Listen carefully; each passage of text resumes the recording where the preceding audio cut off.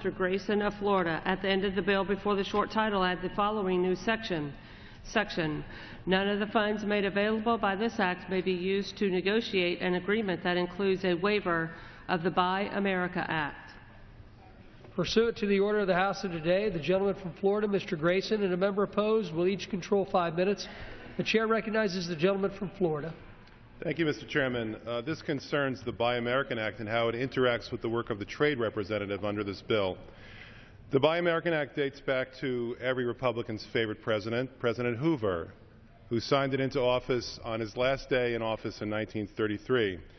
It requires the U.S. government to prefer U.S.-made products in its purchases, and there already is precedent for this in the trade organization agreement called the WTO 1996 Agreement on Government Procurement. The Buy American Act was specifically excluded from the government procurement agreement program. We are coming up upon a time when, according to news reports, the President may be presenting us with trade agreements. He may be presenting us with a fast-track procedure for those trade agreements.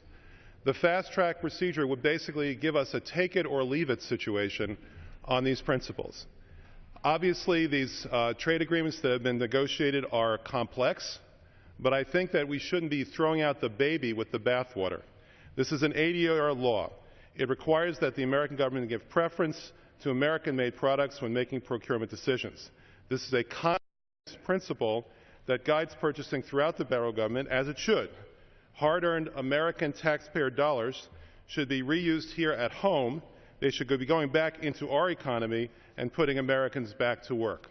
I would hate to see this fundamental principle of government procurement slurred or undermined in any way by any agreement that is now being negotiated by the trade representative or anybody else in this administration or any future administration. Therefore, I submit this amendment to make certain that the agreements now being negotiated, the ones being negotiated in the future, respect this basic fundamental principle that American dollars and American jobs are what the American government is all about. I yield back. The gentleman yields back.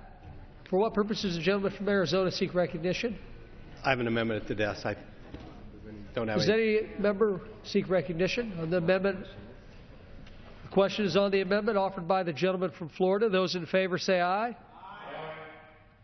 Those opposed say no. In the opinion of the chair, the ayes have it. The amendment is agreed to.